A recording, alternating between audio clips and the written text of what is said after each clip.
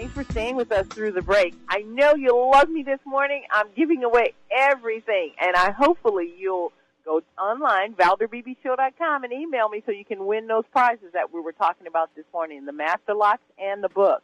But right now we're going to talk about something that's near and dear to my heart. Everyone know in 2009 that I won the Eco-Friendly Environmental Award for my environmental commercials.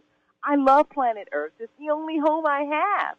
But today I have someone going to help me support that. He's going to talk about the forest. I'm going to talk to James Astill. James, welcome to the show. You're very kind. Thank you. Tell me about the forest, because without forest, planet Earth can't exist. But tell me what you know about the forest. Well, forests are, as you say, incredibly important in a whole number of ways. They're incredibly important in hydrology, for their role in the water cycle, in supporting rain clouds, in regulating the flow of water. They're extremely important for biodiversity, that is, for the number of species that live exclusively in forests, and especially in the tropics. Tropical forests are the most precious of all. But they are also, and this is what's just particularly topical right now, incredibly important for their significance to climate change. Forests have two roles in this. One is very, very positive. Just as we pour carbon dioxide into the atmosphere very damagingly through burning fossil fuels, so forests have the propensity to take that carbon out of the atmosphere. They suck it in, and they grow with it. More than half the dry weight of a tree is carbon.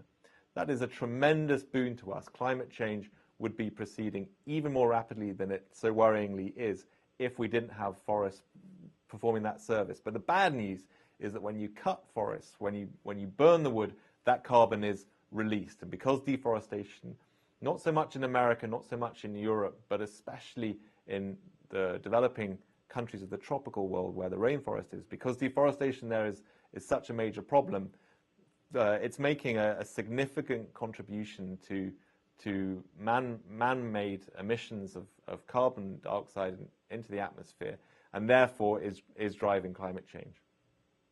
But you talk about the deforestation. Most of the forests outside the United States are either cut for business use or by, professional people cutting trees, whatever you call them, or people who are using, the indigenous people who are using it to keep their lives going. So how do you find the balance? Well, it really varies from country to country. In, for example, Central Africa, which has wonderful rainforests in the Congo Basin, I spent a lot of time there earlier in my career when I was a war reporter, has a relatively low rate of deforestation right now, and the main driver of that is, as you say, just local people making a modest income for themselves by cutting trees, making charcoal from them, selling that charcoal, cutting trees for shifting cultivation.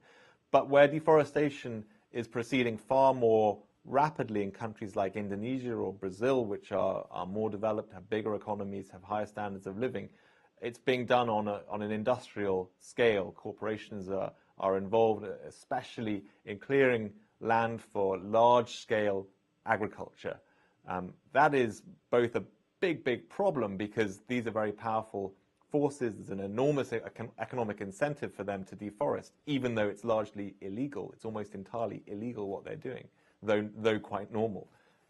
But it also creates a possibility of taking action and stopping these companies doing what they're doing, because corporations can be shamed and made to follow the rule of law more easily than individuals. James Astill, what is your connection to wanting us to know about the forest? Well, I was very fortunate in that I had an opportunity to just pitch into this subject. I suggested to my editor at The Economist that I write a special report. It's something that we do about 20 of a year. We hadn't done one on forest previously. He said yes. That meant that I had a month and a half and a pretty generous budget just to go and get stuck into this issue. I traveled to a lot of wonderful tropical forest countries, including Brazil, including Indonesia. I went to Mexico as well. I was living in India at the time, so I explored their forests. And I looked at the very different forests that they have, and the very different stages of development that they're in, and therefore how that affects their forests. And indeed, I looked at efforts to keep their forests standing. It's a remarkably interesting topic, and I was very, very fortunate to have that opportunity. And having had that opportunity and become rather fired up by the topic, of course, I want to tell as many people about it as possible. The more people understand this issue, the better it will be, and it is a very interesting one. And it's something that affects all of us. If someone's listening and they are wanting to make a difference, what do they do?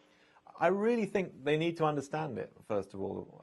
They need to get onto the internet, to read a lot of the very current reporting that's happening on this issue, because efforts to slow deforestation are very large. And in the context of climate change, big, rich countries are getting involved in this. They're trying to work out how America, how Europe can influence the behavior of people in tropical countries to stop deforestation, to stop them cutting down the rainforests.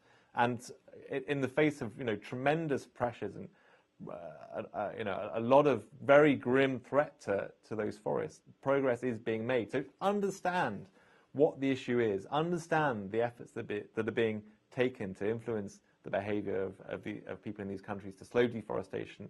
That is already progress. It'd be a wonderful thing. There's a great website which I'd refer people to, right apart from our own www.economist.com, where my own writings go up.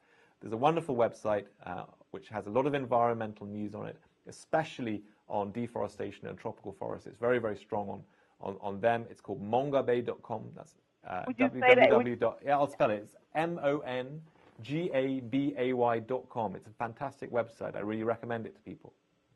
I thank you so much, because usually my listening audience wants a source to go and find out more information. They seem to be a very inquisitive group. Oh, good for them.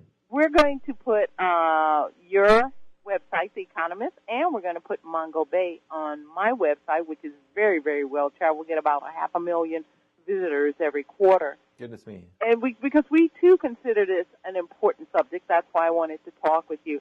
Like I said, planet Earth is my only home. I don't know about the rest of you guys, but this is the only place I have to live.